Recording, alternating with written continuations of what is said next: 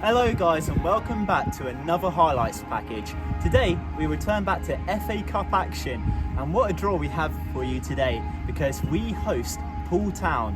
Our two ex-managers are rivals for today. As you can see here, it's actually turned out quite nice weather for today's clash, and we are actually standing in front of one of the new stands. Mark, before we get on to what's happening on the field, let's address some things for what happened off of it. Looks like there's been quite a lot of investment. Yeah, continued investment. Obviously a lot of investment over the close season on the pitch and some of our other facilities. But I know it's something the chairman and the board are very keen to do, is improve the matchday experience, improve the ground. And I think the addition of the two stands behind us to give people the option to stand under cover and to sit under cover at this end of the ground, which has all been open and open to the elements, is again, it's a further show of the club's ambitions and where we see ourselves in a 1 season or 2 seasons time. Well, I think we could need it today, especially with the clouds looming above us. But Mark, let's speak about what everyone's been dying for. We return back to FA Cup action today, and I think you know as well as anyone, it's going to be tasty today. Yeah, I think it's, the FA Cup second qualifying round is always going to be tasty. Like I just said a minute ago, it was the last draw I was thinking about, and then it sort of smacks you in the face that football throws these encounters up. 2 people we know really, really well, or more than 2 people. There's a lot of old players returning today as well, and other members of staff. So we will prepare as much as we can prepare for what we think. We've all worked with them for quite a long time, but they've been inside here, so they know what we're going to do. So it could be, it could be a really cagey affair. Who knows? Like all games, it will probably just hinge on those moments and who's brave enough to take them when the time comes. How do you plan for a game like this then, where you know the 2 rival managers so well and they equally know you just as well? Yeah, it's very difficult to prepare, and I think really one thing that you can do is you can't get too obsessed with what they're going to do.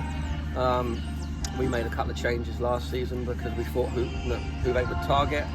This year we've just gone for the mindset of let's worry about ourselves, let's get our own plan right, and let's worry about what we're going to do. And we've picked the system and a shape that we've stuck with for a little while now, and we feel that sort of counters how anyone else comes and plays against us. And sometimes the case is just about getting your best players in the holes that suit them. Do you think then in that sense it's going to be a bit of a mental challenge with a lot of the players would have obviously played alongside them last season? Yeah, it will be a real mental challenge today. We all know how Pat and Joe coach. They're very patient in build-up, patient in possession. So those games can become almost games of chess at times, so we need to worry about ourselves. We know how we're going to play, and we just need to apply our principles. And just talk us through some of the changes made today. You mentioned a few enforced ones. Yeah, Ryan Hall, that's a change. Unfortunately, he received a late challenge from Fletch from Wimborne on Wednesday night, and he's in a pretty bad way. We assessed him before the game and he wasn't even close.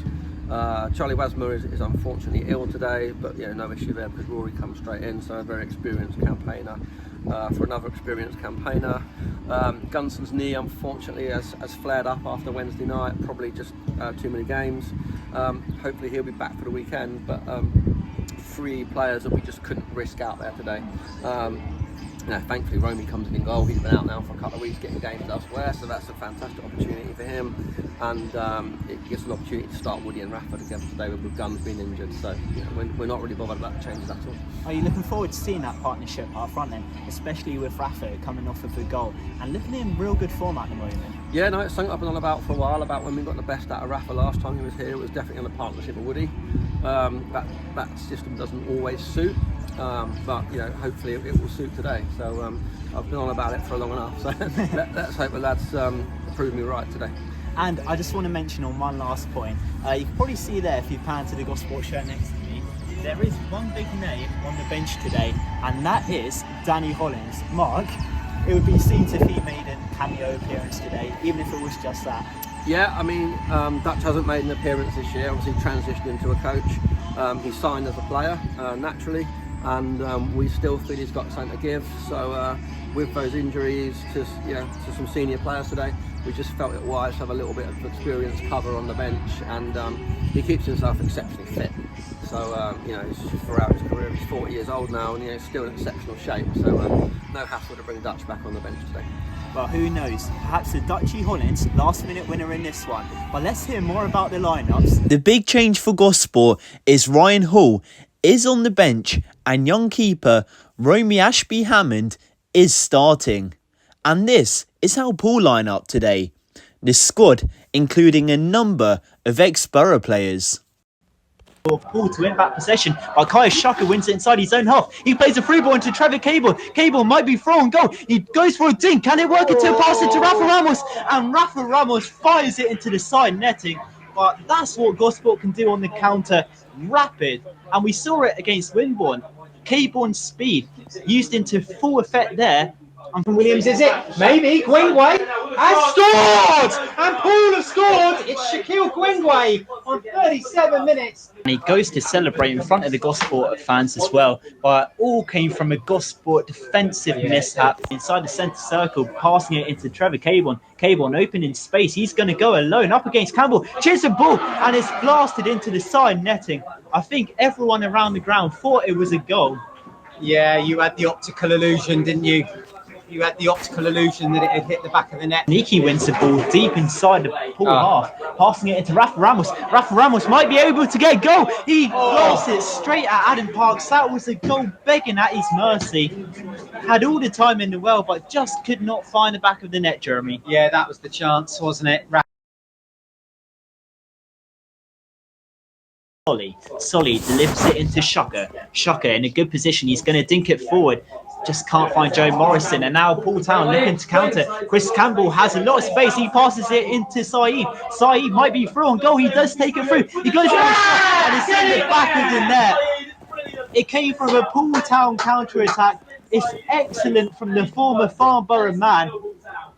Chris Campbell with the defence splitting pass into Saeed, and Saeed stabs it home into Lee, and Lee was brought down and the referee has blown for a penalty.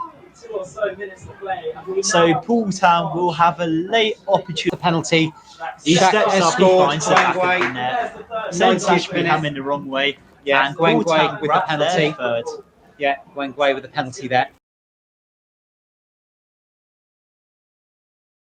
Danny, 3-0 loss today to Poole Town in the FA Cup, so we exit the competition. I think, when you play Poole, you know they're going to be a possession-based team.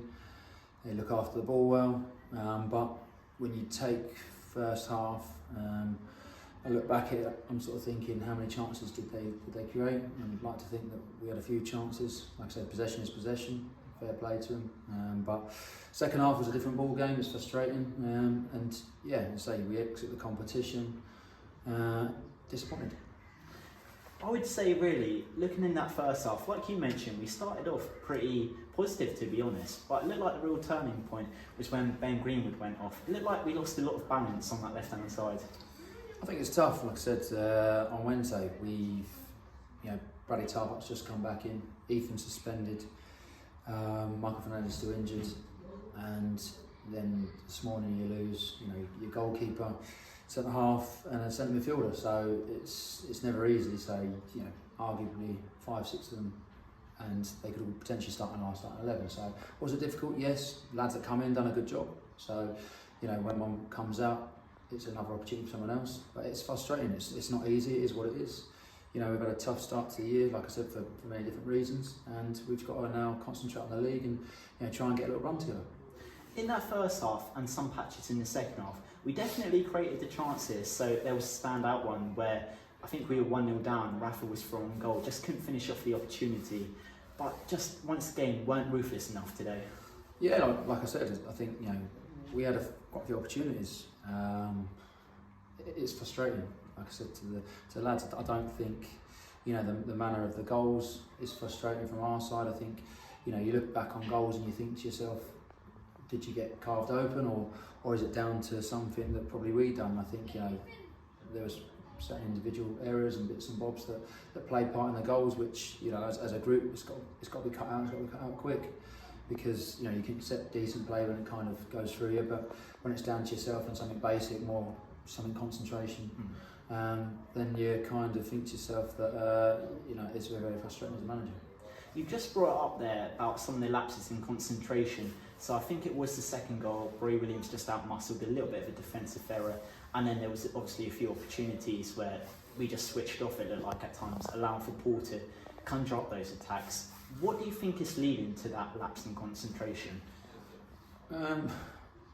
It's like I've said to the boys in there. Everything we're doing is concentration. It's sort of, the second goal comes from us having the ball in their final third. The ball's under hit, and then we're not locking out properly. So again, that's concentration.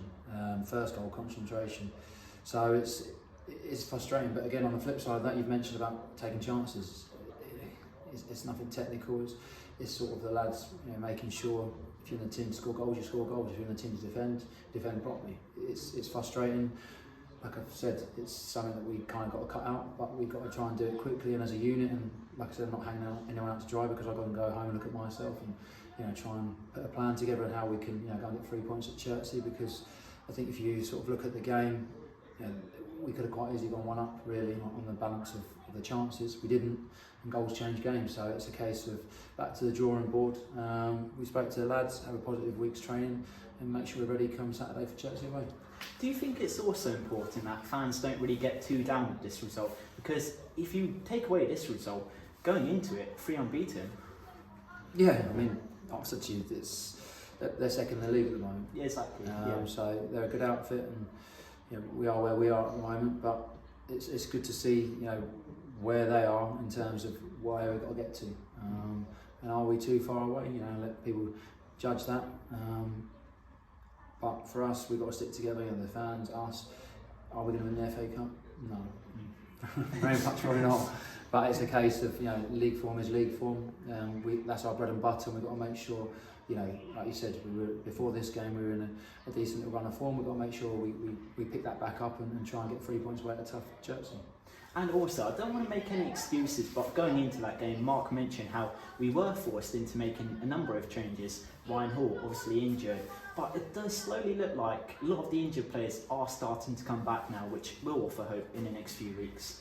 Yeah, I think having Bradley Tarbuck come back in today is good. Ethan's now suspension is finished. Michael Fernandez isn't too far away. And again, you're saying Charlie Westman's out today.